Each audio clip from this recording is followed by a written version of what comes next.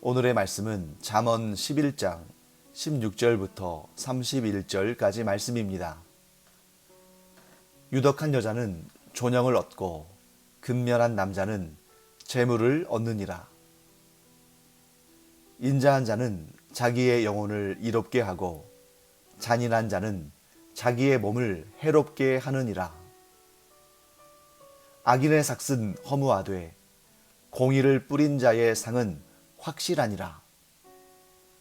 공의를 굳게 지키는 자는 생명에 이르고 악을 따르는 자는 사망에 이르느니라.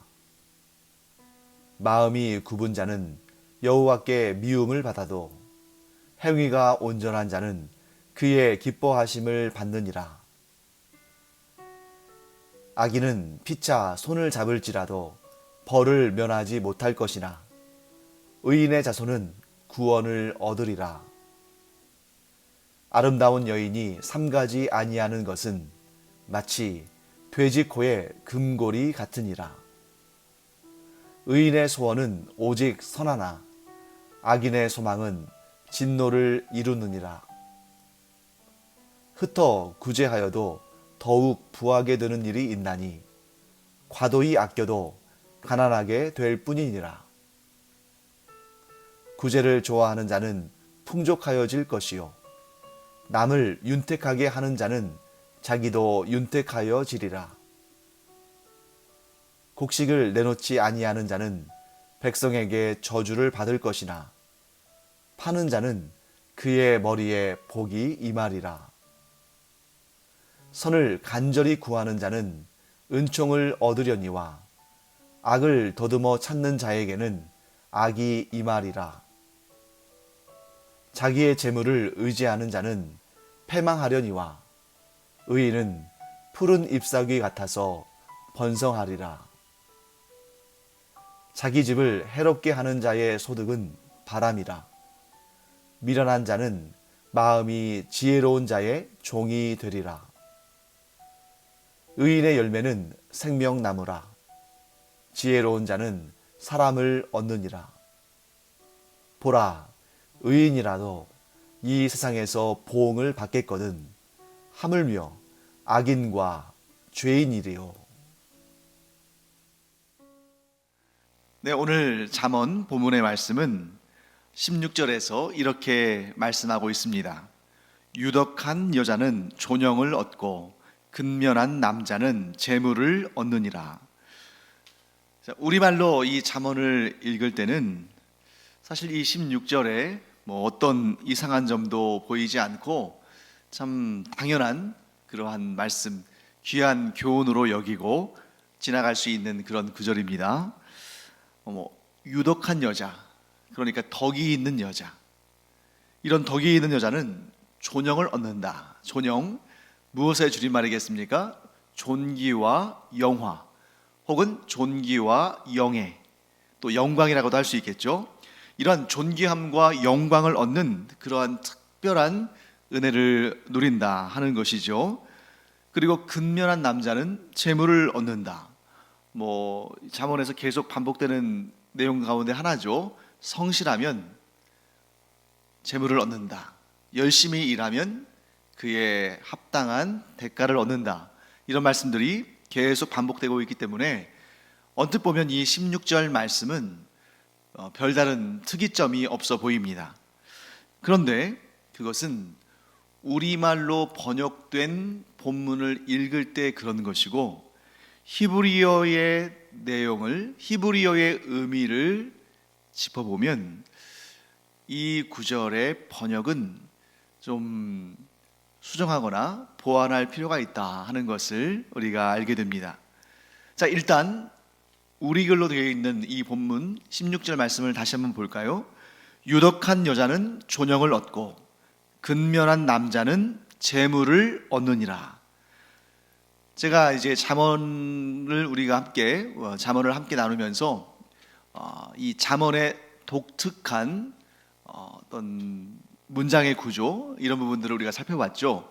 그러면서 가장 많이 등장하는 잠언의 문장 구조는 A, B. 앞부분에 A, 뒷부분의 비.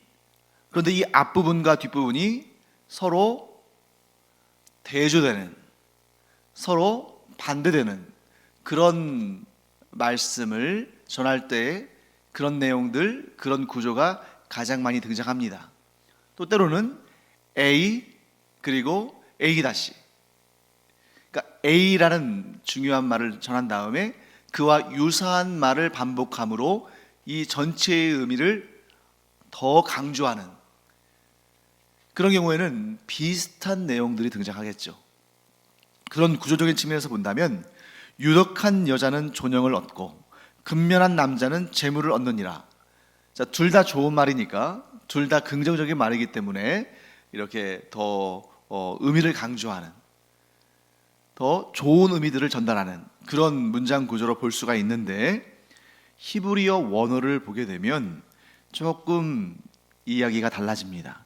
자, 근면한 남자라고 번역된 이 히브리어 원어의 단어는 아라츠라는 단어입니다. 아라츠. 근면한 남자라고 번역한 그 히브리어 의미가, 그 단어가 아라츠예요.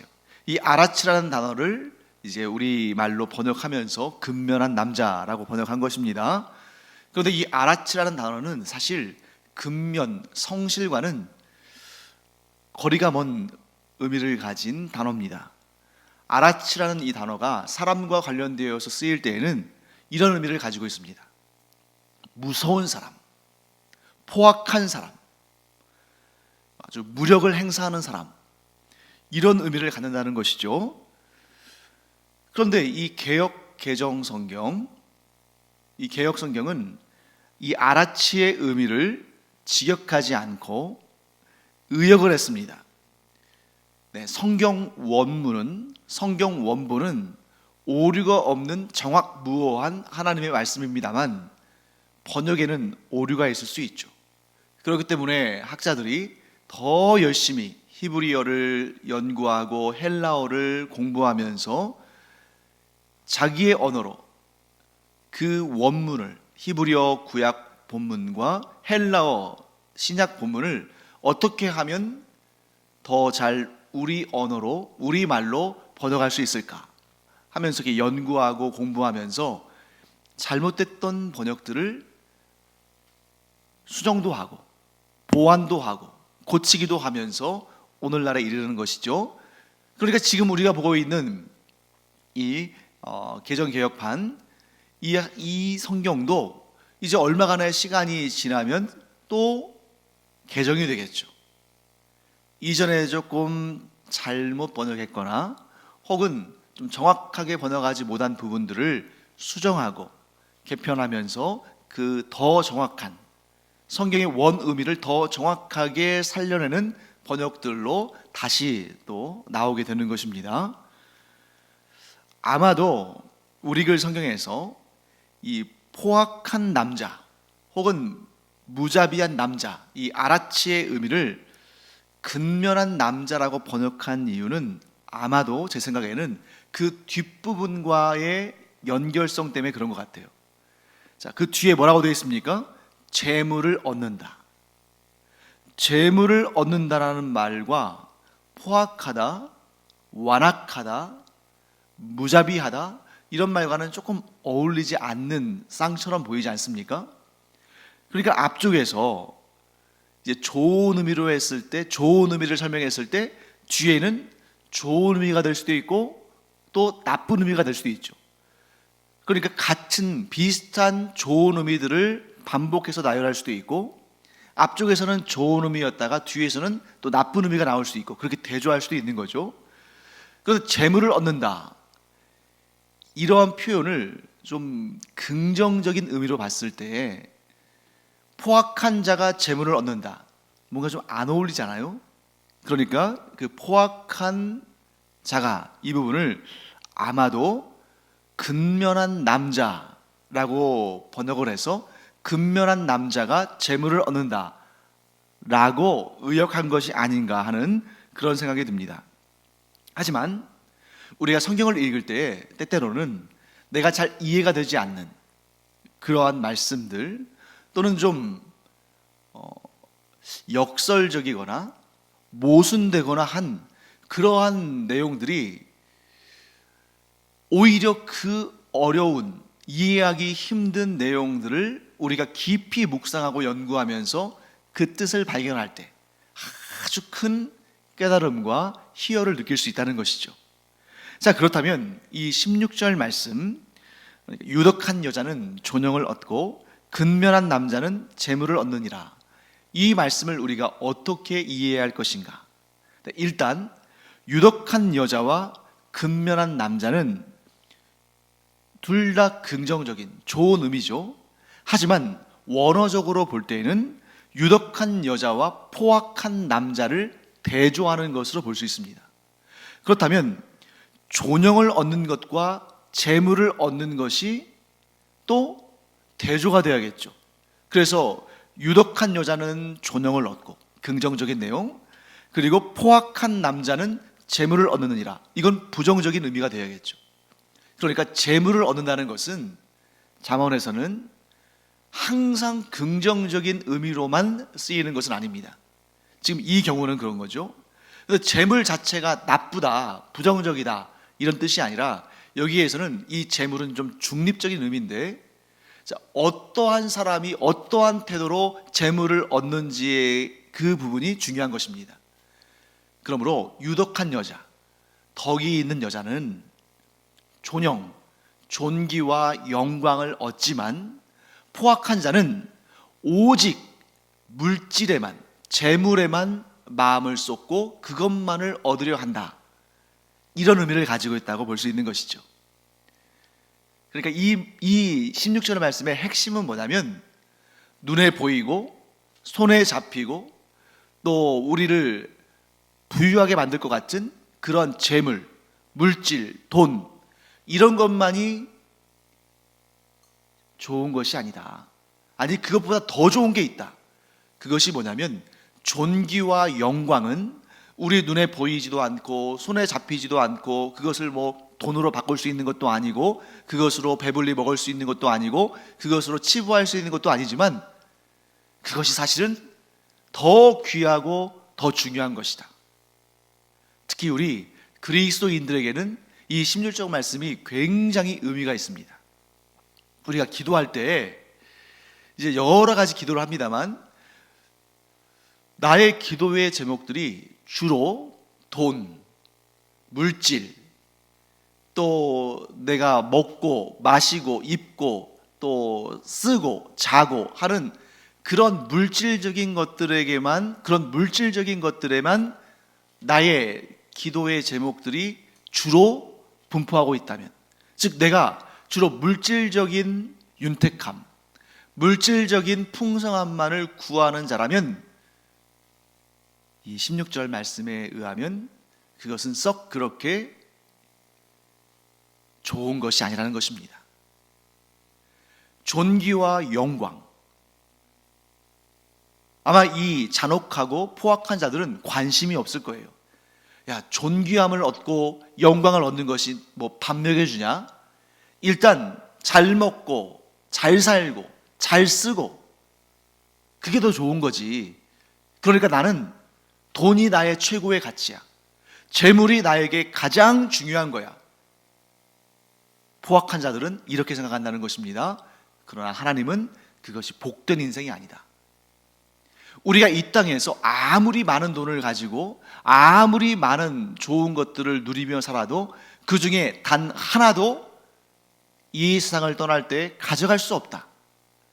그래서 참 우리와 같은 신앙을 갖고 있지 않은 사람들임에도 불구하고 상당히 좀 고차원적인 그러한 지혜, 그러한 깨달음을 얻은 사람들도 있죠. 그래서 그런 사람들이 주로 쓰는 말 무엇입니까? 뭐 얼마 전에 그 세상을 떠난 그 이건희 회장도 이런 말을 자주 했다고 하죠. 수위에는 주머니가 없다.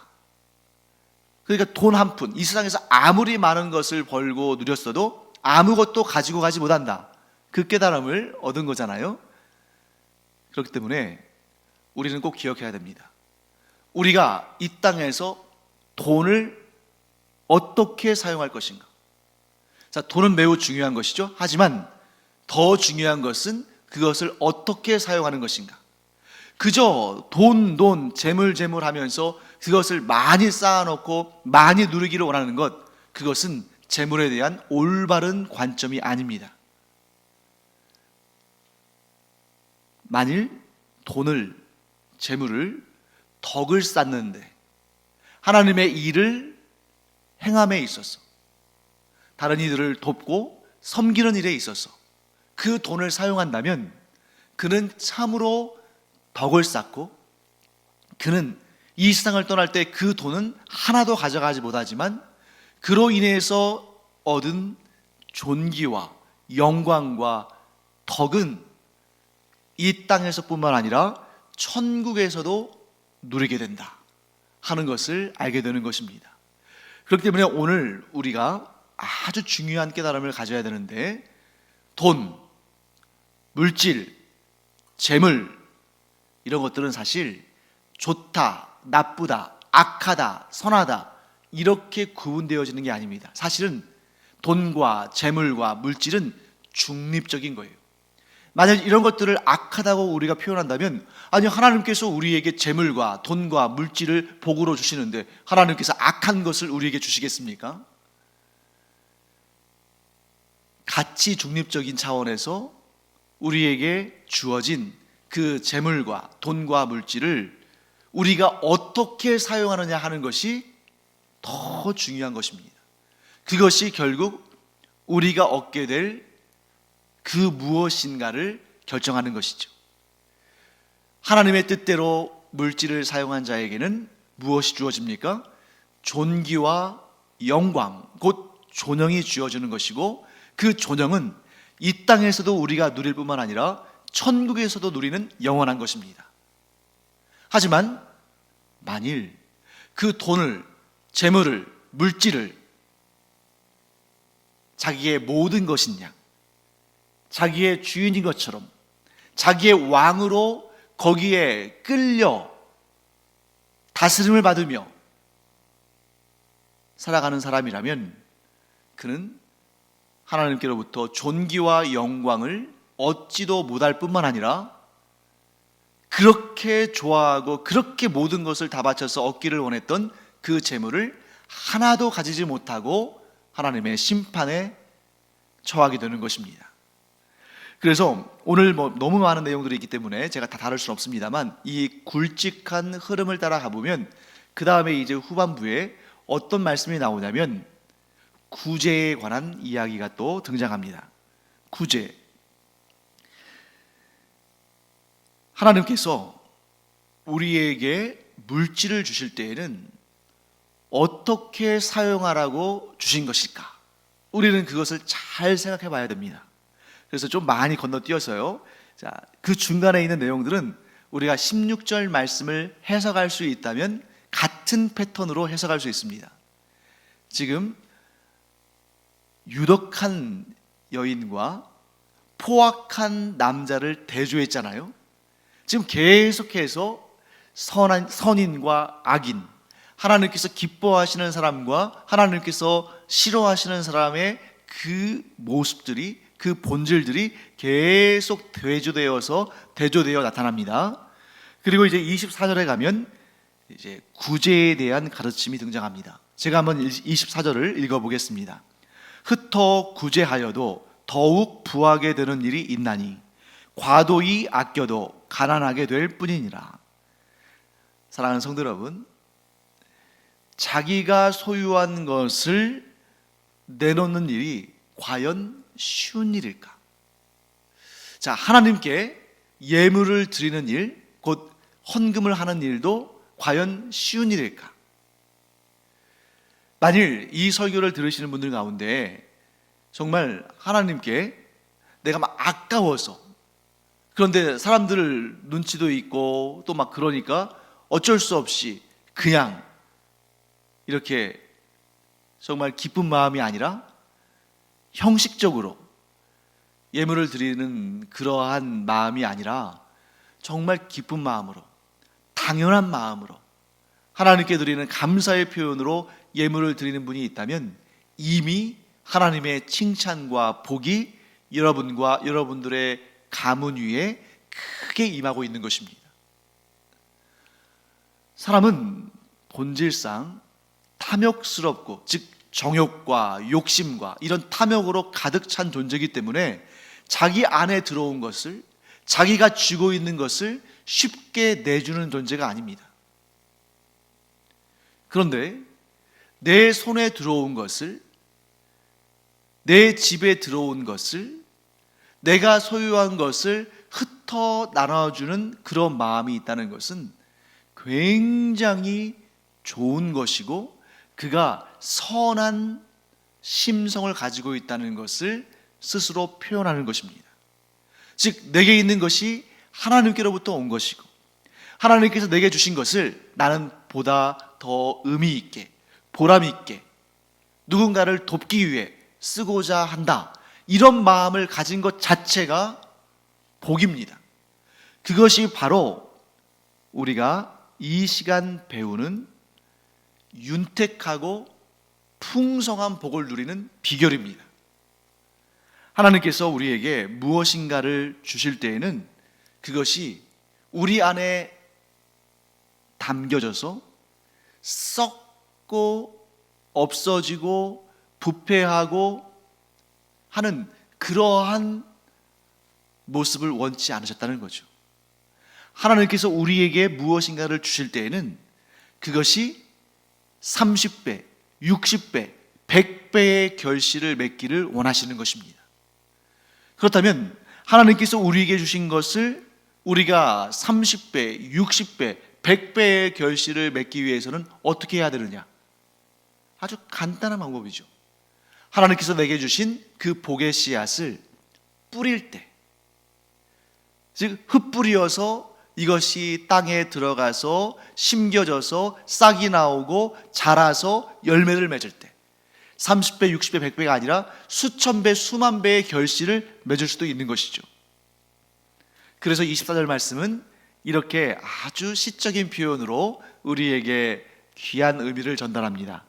흩어 구제하여도, 내게 하나님께서 주신 것을 흩어서 가난하고 불쌍하고 어려운 처지에 있는 사람들을 구제하여도, 그러면 세상 사람들의 관점에서 보면, 야, 저렇게 돈을 함부로 쓰고 아끼지 않고, 아니 자기가 얼마든지 스스로 자신을 위해서 써야 될 그 돈을 왜 남을 위해 쓰느냐? 가난해지려고 저러는 거 아닌가? 왜 이렇게 미련한가? 이렇게 생각할 텐데 잠언의 말씀은 이런 교훈을 줍니다. 흩어 구제하여도 더욱 부하게 되는 일이 있나니 과도하게 아껴도 가난하게 될 뿐이니라. 자, 과도하게 아낀다. 무슨 의미입니까? 써야 할 때 쓰지 않는다는 거죠. 아끼는 것 자체는 나쁘지 않습니다. 아끼는 것 정말 귀하게 여기면서 진정 아낀다는 것은 꼭 써야 할 때 쓰는 것이지 안 쓰는 것이 아닙니다. 아낌의 의미를 우리가 제대로 알아야 되는 거죠. 아낀다는 것은 무조건 안 쓰려고 하는 것이 아니라 꼭 써야 할 때는 쓰고 쓰지 말아야 할 때는 쓰지 않는, 즉 낭비하지는 않으면서 정말 중요한 자리에서는 아낌없이 내어줄 수 있는 그러한 소비 자세가, 그러한 나눔의 자세가 우리 그리스도인에게는 굉장히 중요한 부분이다 하는 것을 하나님께서는 잠언을 통해서 말씀하십니다. 심지어 하나님께서는 뭐라고 말씀하시냐면 25절을 통해서 우리에게 이런 교훈을 주십니다. 구제를 좋아하는 자는 풍족하여질 것이요 남을 윤택하게 하는 자는 자기도 윤택하여지리라. 그리고 이 풍족과 윤택의 비결을 30절과 31절에서 더 확실하게 말씀하십니다. 30절, 의인의 열매는 생명나무라. 지혜로운 자는 사람을 얻느니라. 보라, 의인이라도 이 세상에서 보응을 받겠거든 하물며 악인과 죄인이리요. 자, 여기에서 우리는 풍족한 삶과 윤택한 삶을 사는 비결을 발견할 수 있습니다. 자, 하나님께서 뭐라고 말씀하시냐면 31절 말씀에 보라, 의인이라도 이 세상에서 보응을 받겠거든 하물며 악인과 죄인이리요. 자, 이 말씀은 무슨 뜻이냐면 하나님은 반드시 지켜보시고 보응하시는 분이시다. 예, 물론 이 보응이란 단어가 조금 부정적으로 들릴 수도 있습니다. 인과응보 했을 때 잘못을 하면 그에 대한 벌을 받는다. 자, 그런 의미로 우리가 주로 이 보응이라는 말을 쓰기 때문에 좀 부정적으로, 좀 무섭게, 좀 두렵게 느껴질 수 있습니다. 그런데 그런 뜻이 아니고 하나님의 보응은 무엇이냐면 너무너무 선명하죠. 악한 일을 한 자에게는 벌을, 선한 일을 한 자에게는 상을 주신다. 세상 사람들이 왜 구제를 잘 하지 않습니까? 아니, 내 돈 막 이렇게 나눠주고 쓰면 이거 다 사라지면 내가 가난해질 텐데, 내가 쓸 것도 없어질 텐데, 내가 왜 그런 일을 해야지? 내가 왜 구제를 해야지? 이런 생각을 할 수 있죠. 그런데 그러한 삶의 중심에는 어떤 생각이 담겨 있냐면 이 돈은 내 것이다. 내가 열심히 벌어서 내가 얻은 것이다. 그러니 이것을 나는 남에게 주고 싶지 않다. 이걸 남에게 주면 나는 내 것을 뺏기는 것이고 내가 결국 가난해질 수도 있다. 네, 그것이 세상적인 논리라는 거죠. 반면에 하나님께서는 뭐라고 말씀하십니까? 내가 너에게 준 것을 네가 너 자신만 생각하고 너 자신만 누리고 너 자신을 위해서만 쓰는 것이 아니라 내가 너에게 준 것을 네가 불쌍하고 가난하고 어려운 형편에 있는 사람들에게 준다면 그것은 곧 네가 나의 자녀라는 가장 확실한 증거 중에 하나다. 그렇지 않습니까? 여러분, 우리가 풍족하고 윤택한 그런 삶을 사는 비결은 뭐냐면 우리가 하나님의 마음을 갖는 것입니다. 우리가 하나님의 마음을 갖고 우리가 하나님의 마음이 머무시는 곳에 우리의 마음이 머문다면 우리는 하나님의 자녀요, 하나님의 상속자요, 하나님께서는 하나님의 상속자인 우리에게 하나님의 것을 넘치도록 마르지 않게 채우시고 또 채우시지 않으겠습니까? 우리를 위해서 하나님께서 상속할 것들을 얼마나 많이 준비해 놓으셨겠습니까? 그래서 우리는 풍족과 윤택한 삶의 비결을 깨달아야 합니다. 우리가 하나님의 마음을 가질 때 하나님께서는 우리에게 감히 세상 사람들이 상상하지도 못할 놀라운 것들을 채워주신다.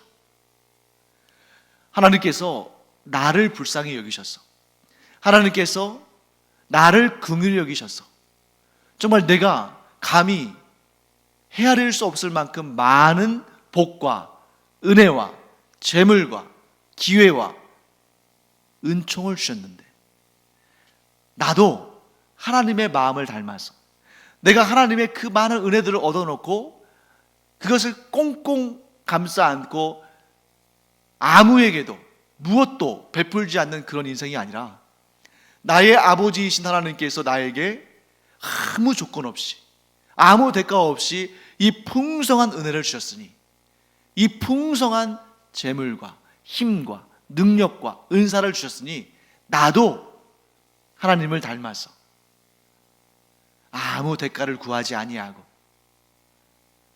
어려운 형편에 있는 사람들에게 가난한 자들에게 그런 이웃들에게 은혜를 베풀며 살아야겠다. 이와 같이 하나님께서 나에게 주신 것을 가지고 또한 하나님의 마음을 가지고 구제하고 돕고 섬기는 사람을 향해서 하나님은 뭐라고 하십니까? 너는 진정 내 아들이다. 너는 진정 내 딸이다. 네가 나의 마음을 가지고 이렇게 아버지의 마음을 기쁘게 하는 나를 닮은 자녀가 되었으니 내 이 풍성한 복된 것들을, 귀한 것들을, 은혜로운 것들을 너에게 상속한다. 네가 나의 마음을 닮았으니 나를 대신해서 많은 사람들에게 은혜와 덕을 끼치도록 하라.